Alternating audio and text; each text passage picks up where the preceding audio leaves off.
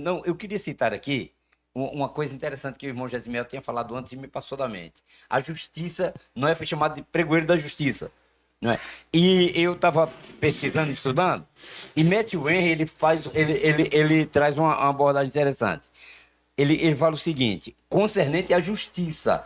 Jesus, aí eu disse, será que Matthew Henry está dizendo que Jesus foi proclamar a justiça, né, para aqueles que não entenderam a justiça que Noé pregou? Né? Por exemplo, ele foi e pregou por seu espírito, contendendo com eles, e inspirando e capacitando Enoque e Noé a argumentar com eles, e pregou a justiça a eles, como está em 2 de Pedro 2,5. Aí você vai em 2 de Pedro 2,5, né? Deixa eu abrir aqui, 2 de Pedro 2,5. Aqui. O que é que Pedro escreveu aqui na sua segunda carta? E ele não poupou o mundo antigo, mas preservou Noé, pregador da justiça, e mais 7 pessoas, quando fez vir o dilúvio sobre o mundo dos ímpios. Né? Então, na proclamação de sua vitória, né? Porque na morte de Jesus ele não nos justificou? Sim.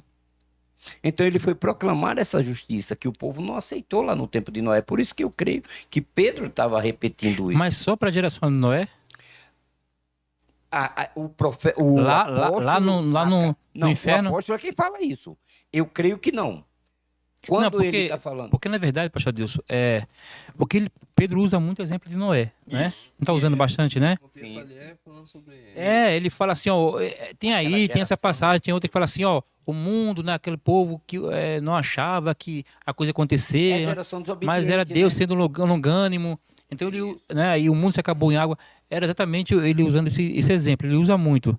Isso. Será que ele não está usando apenas como um exemplo? Sim, eu creio, né, do juízo de Deus, ao invés de trazer uma doutrina? Porque se a gente for usar, por exemplo, os pais da igreja, historiador, os pais da igreja, tudo bem. A gente precisa, né, conhecer tradição da teologia, etc. É muito importante a gente conhecer. Mas muitos deles erraram, certo? Nós temos as confissões de fé, né, de Nicéia, 325 depois de Cristo, né? Importantíssimo para a igreja, para definir a fé cristã, né?